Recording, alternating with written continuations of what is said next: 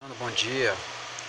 A aula de hoje é referente aí ao restante das páginas que a gente falta responder, tá bom? Depois vou dar umas dicas da atividade para a gente também responder. Na página 28 foi onde nós ficamos. A questão diz o seguinte, ó. É a 10ª questão da 28, viu? Fizemos até a 9ª e vamos para a 10ª agora. A gente vai falar sobre reformas pombalinas, né? Quando falar em reformas pombalinas, está se referindo a um político português também chamado de Marquês de Pombal. Marquês de Pombal. Também conhecido como Conde de Oeiras, né? Conde de Oeiras. Inclusive Oeiras no Piauí foi em homenagem a esse conde aí, né? Marquês de Pombal. O Marquês de Pombal, ele era ministro português, tá? Uma espécie de primeiro-ministro, assim, ao modelo português, ao modelo bem latino, né?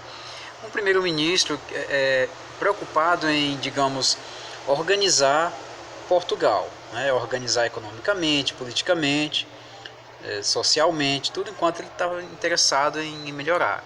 O Marquês de Pombal, como ele não era rei, sendo um ministro, mas como era ele que mandava, é uma espécie de primeiro-ministro, né? Ele foi considerado um déspota esclarecido. Isso quer dizer, ele governava, né, com poderes absolutos, né, mas ele obedecia à velha ideia do iluminismo. Então preste atenção. O déspota esclarecido é aquele comandante, o rei ou ministro, que exerce o seu reinado, o seu governo, por meio das ideias iluministas. Tá bom? Então o Marquês de Pombal ele tentou organizar Portugal e, logicamente, Portugal, como mandava no Brasil, quem mandava no Brasil era Portugal, né? Ele também passou a organizar o Brasil. Então as reformas pombalinas, que está falando dessa questão aí, né, foram reformas que o Marquês de Pombal produziu aqui no nosso país. Vamos ver quais foram, vamos ver algumas delas aqui. Aqui no nosso assunto nós temos aqui, em Portugal ele, digamos, ele reconstruiu Lisboa, né? Ele reconstruiu Lisboa, ele reduziu gastos do reinado, né? Ele incentivou o desenvolvimento da indústria nacional, ele criou várias companhias de comércio, né? Enfim, ele fez tudo isso em Portugal, né? No Brasil, ele combateu o contrabando de ouro, que era muito grande, o contrabando aqui de pedras preciosas no Brasil. Ele criou as companhias do comércio do Maranhão e Grão-Pará, né? Ele estimulou a formação de povoados e vilas, inclusive Oeiras no Piauí foi uma vila criada em homenagem a ele, né? Ele, digamos, também proibiu a escravidão de índios, né? E acabou também expulsando os jesuítas do Brasil. Tá bom, gente? Expulsou os jesuítas do Brasil. Qualquer dúvida tem no texto, tem uma página imensa a respeito dele. Por que expulsou os jesuítas do Brasil? Os jesuítas representavam assim, uma espécie de entrave ao desenvolvimento. Na cabeça do Pombal, ele queria que os jesuítas doassem suas terras, porque a igreja já tinha terra demais, né? Como a igreja já tinha muitas terras, então ele resolveu, então, vamos tirar esses jesuítas daqui e tentar fazer uma reforma no Brasil ao modelo português. Então foi isso que aconteceu com o Marquês de Pombal. Essa questão aí você pode encontrar facilmente na página, deixa eu ver aqui qual é a página dela. Na página 23, tá bom? Vamos para a próxima. essa parte que é pesquisando aqui, ó. Pesquise o que, para Montesquieu, seria a definição de uma constituição, lei maior de um país. A partir dessa pesquisa, tente verificar se a constituição de nosso país é regida por esses princípios, tá bom? Então você vai lá no Google, né? E coloca o que Montesquieu achava sobre as constituições. Aí você clica em OK e tenta fazer um resumozinho aí pra gente colocar nessa página aqui anexada, tá bom? Você pode grampear do ladinho da pergunta, da pesquisa aqui, ó. Papelzinho aqui pra gente saber que é o resultado da pesquisa, tá? A parte pensando no vestibular, essa parte aqui de marcar, onde tem aqui, ó, o movimento iluminista, cujas ideias começam a ser difundidas na Europa no século XVII, é baseada nos valores da burguesia. Entre os conceitos que formam a base dessa ideologia, pode-se destacar o que, né?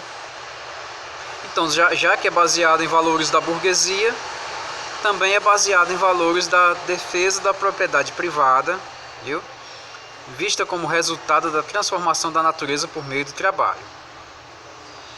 Então fica aí sendo a letra B, tá bom? Vamos ver essa próxima aqui, ó. Como ela é de marcar, você já pode visualizar a resposta certa. Aqui está falando de um textinho onde fala de forças em poder de alguém, né? Vamos ver. Mas, por mais compacta que seja uma época, abrigam-se em seu interior as forças que a contestam. Eis porque vemos no século XVII surgiu o racionalismo em oposição ao barroco. A clareza cartesiana que arma o homem para ver limpamente o mundo é um ato de contestação à opressão do Estado. Do ponto de vista político, a contestação aludida no texto é feita ao regime absolutista, né? Contestar a opressão do Estado é vista como absolutismo. Então você marca aí a letra B. Deixa eu ver se eu deixo vocês fazerem as demais. Deixa eu ver aqui. Aí nós temos aqui essas outras também de vestibular, né? Que vocês podem perceber aqui. A terceira, o iluminismo foi um movimento intelectual portador de uma visão unitária do mundo e do homem. E apesar da diversidade de leituras que lhe são contemporâneas, conservou uma grande certeza quanto à racionalidade do mundo e do homem, o qual seria imanente em sua ausência. Suas principais linhas de força foram, você vai ver aqui, aí, nessas alternativas aqui, você já pode ver que é essa correta, né? O pensamento crítico, primado da razão, né? A antropologia e a pedagogia, tudo isso aqui é referência ao iluminismo. As outras estão erradas porque tem sempre algum errinho no meio, né? Manutenção das tradições, não. Direito coletivo, direito à propriedade, primado da razão, ideia de progresso.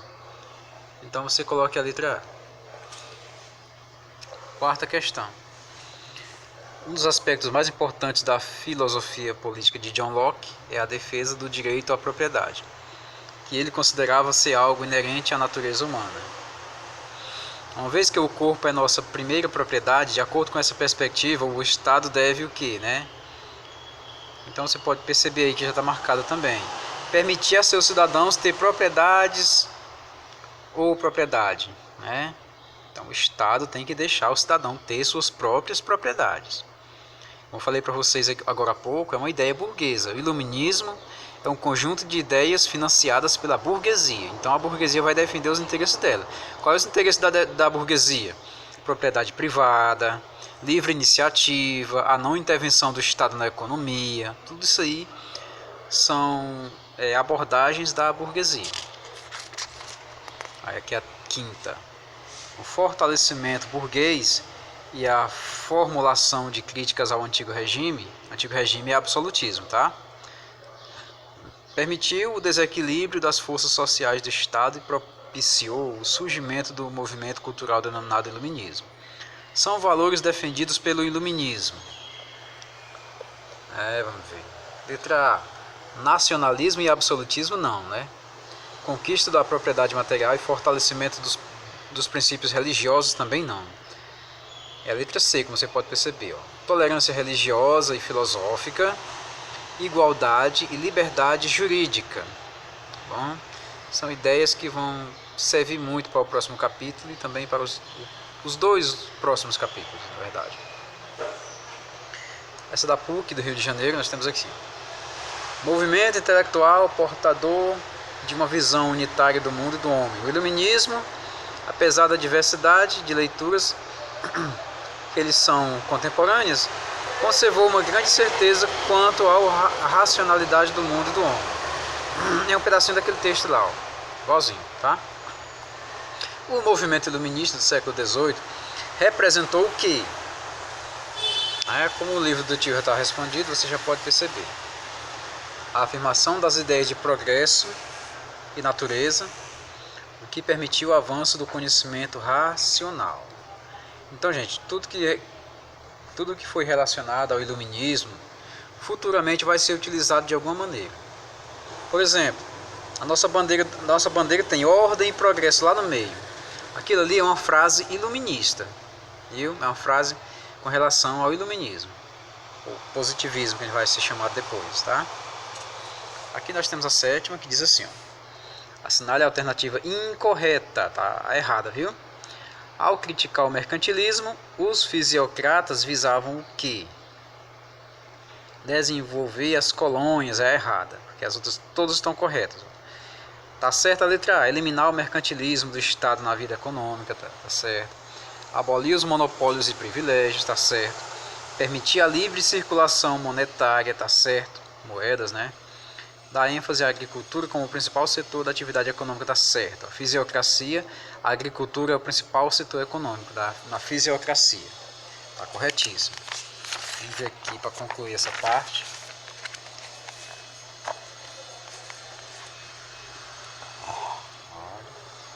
Oitavo diz assim: analise as afirmativas abaixo referentes ao iluminismo. Aí, muitas ideias propostas pelos filósofos iluministas são os elementos essenciais da identidade da sociedade, né? Certo, tá correto isso aí. A 2, o pensamento iluminista caracterizou-se pela ênfase conferida à razão, entendida como inerente à condição humana, certo também. E a terceira, diversos pensadores iluministas conferiram uma importância central à educação enquanto instrumento promotor de civilização, certíssimo, corretíssimo. 4. A filosofia iluminista proclamou a liberdade como direito incontestável de todo ser humano, correto também, tá? Inclusive os Estados Unidos vão adotar muito essa ideia de liberdade como direito inalienável do ser humano, incontestável do ser humano. Nós temos aqui a 9ª, leia sobre o iluminismo. Para os iluministas, o conhecimento era fruto da observação e da experiência, e a dúvida metódica levava à verdade, certo? 2. No âmbito da política, todos os iluministas propunham a reforma agrária e a tomada de poder pelos setores populares. Não, aí não. Setores populares não é coisa de iluminista não, tá bom? O iluminista gosta de burguesia. A propagação da ideia do direito divino dos reis foi feita no Brasil pelos pensadores iluministas? Não, de jeito nenhum. E a 4ª e última, segundo os iluministas, que organizaram a enciclopédia, esta era uma crítica à ordem política e religiosa de cunho feudal. Certíssimo, corretíssimo, letra A, tá? As demais eu deixo com vocês. Tem a 10 e a 11, eu vou deixar com vocês isso daí. E vamos para a atividade que eu passei para casa na semana passada. Que vocês vão fazer essa semana. Eu vou só dar uma dica para você, para ficar mais fácil para vocês. O que você entende por liberalismo econômico foi a primeira questão, né? Liberalismo tem alguma coisa a ver com liberdade, e economia tem alguma coisa a ver com burguesia. Então, tem que existir uma liberdade na burguesia, então o Estado vai participar ou não da economia? Com essa dica você consegue responder. O que significa monarquia parlamentarista? Aí coloquei até a foto da Rainha Elizabeth aqui. A maior dona de terras do mundo, inclusive, né? Diga-se de passagem. Ninguém tem mais propriedade do que a rainha, não. O que significa monarquia parlamentarista? É uma monarquia que obedece a alguma coisa, né? Então, essa parte também já está sossegada também. Você já tem até anotado no caderninho aí nos apontamentos de vocês, tá? Terceiro, seu governo foi forte e opressor dentro da Inglaterra. Ampliou a participação da burguesia no governo. Então, os reis não foram, né? Porque os reis é o seguinte, eles tinham interesse mais na nobreza do que na burguesia, viu? Então vamos para a quarta. Como Oliver Cromwell reagia contra as rebeliões de seu governo? Rebelião é aqueles que eram contra o seu governo. Como será que o Oliver Cromwell reagia a essas rebeliões? Será que ele dava um prêmio em dinheiro por cada rebelião? Né? Tentem ver isso aí direitinho. Quinta, a Europa começa a mudar a partir do século XVIII, graças ao iluminismo. O que representava essas ideias iluministas? Você vai colocar só as características, racionalismo, vírgula, e eu coloco outros que devem ter por aí. Tá bom? Aqui, essa aqui é de cunho bem pessoal, né? Temos aqui uma imagem, temos aqui o cérebro dizendo que às vezes tem que calar a boca do coração para poder trabalhar, né? De acordo com nossos estudos, o que você entende por razão? É só você observar a imagem acima que você responde. Tenta identificar o que é razão direitinho aí que você vai responder. Quais os 3 poderes propostos por Montesquieu? Eita, é aquele que tem lá o presidente, o governador, os deputados. Então tente identificar, lembrar dos 3 poderes que Montesquieu falou. O Senado faz parte de qual poder? Será que o senador ele faz parte do poder executivo, legislativo ou judiciário?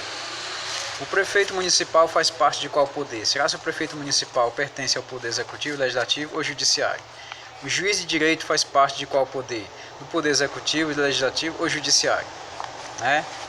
Tá facinho, aqui tá muito fácil essa atividadezinha, viu? Não tem nenhum erro aqui, nada que seja tão calamitoso para vocês não. Respondam com cuidado. E essa semana vai outro, viu? E na próxima aula a gente vai iniciar no estudo da independência dos Estados Unidos, que vai levar muitas ideias iluministas, tá? E é um assunto muito bacana para a gente aprender. Então, tenham um ótimo dia, se cuidem, saúde a todos.